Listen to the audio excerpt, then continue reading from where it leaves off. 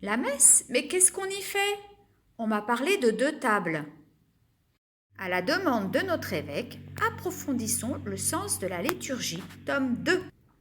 Petit rappel, la messe a 4 temps, comme beaucoup de passages de la Bible.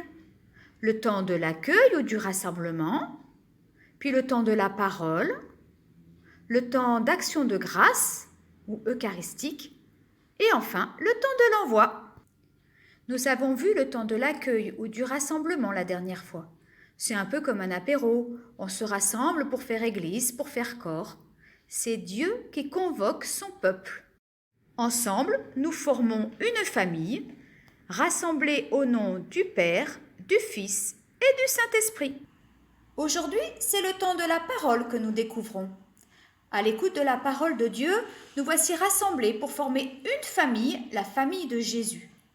Et Jésus, en Saint Luc, au chapitre 18, nous dit « Ma mère et mes frères sont ceux qui entendent et qui font la parole de Dieu. » Nous commençons ce temps de la parole en ouvrant le lectionnaire. La première lecture sera tirée de l'Ancien Testament ou des Actes des Apôtres. Puis c'est le peuple de Dieu qui répond par la prière du psaume. C'est donc tous ensemble que nous chantons ou que nous disons ce psaume. Vient ensuite la deuxième lecture, tirée du Nouveau Testament, souvent dans les lettres de Paul ou les épîtres.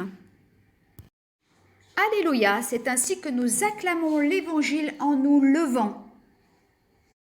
Le prêtre ou le diacre dit alors « Évangile selon saint Matthieu, Marc, Luc ou Jean » et nous, sur notre corps, nous faisons le signe de croix sur notre front pour que cette parole pénètre notre intelligence, sur notre bouche pour que notre parole ressemble à celle de Jésus, sur notre cœur pour que toutes nos actions soient un témoin de l'amour de Dieu pour chacun d'entre nous.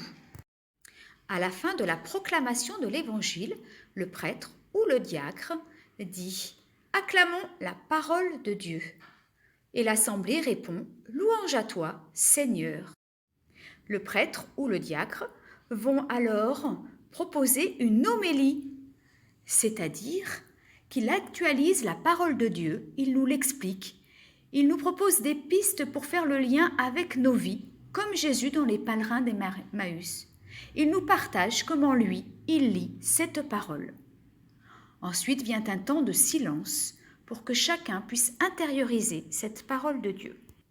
C'est alors qu'ensemble, nous nous levons pour dire ensemble notre foi, c'est-à-dire le credo. Nous proclamons la foi de l'Église en un Dieu unique, à la fois Père, Fils et Saint-Esprit, ainsi que notre espérance au mystère du salut. Nous nous tournons ensuite vers le monde, c'est ce qu'on appelle la prière universelle. L'Assemblée confie au Seigneur sa prière pour le monde entier.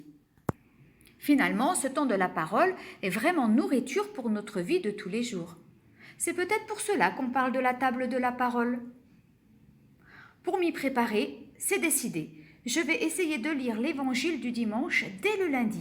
Comme ça, toute la semaine, la parole travaillera mon cœur et me guidera. Bon chemin!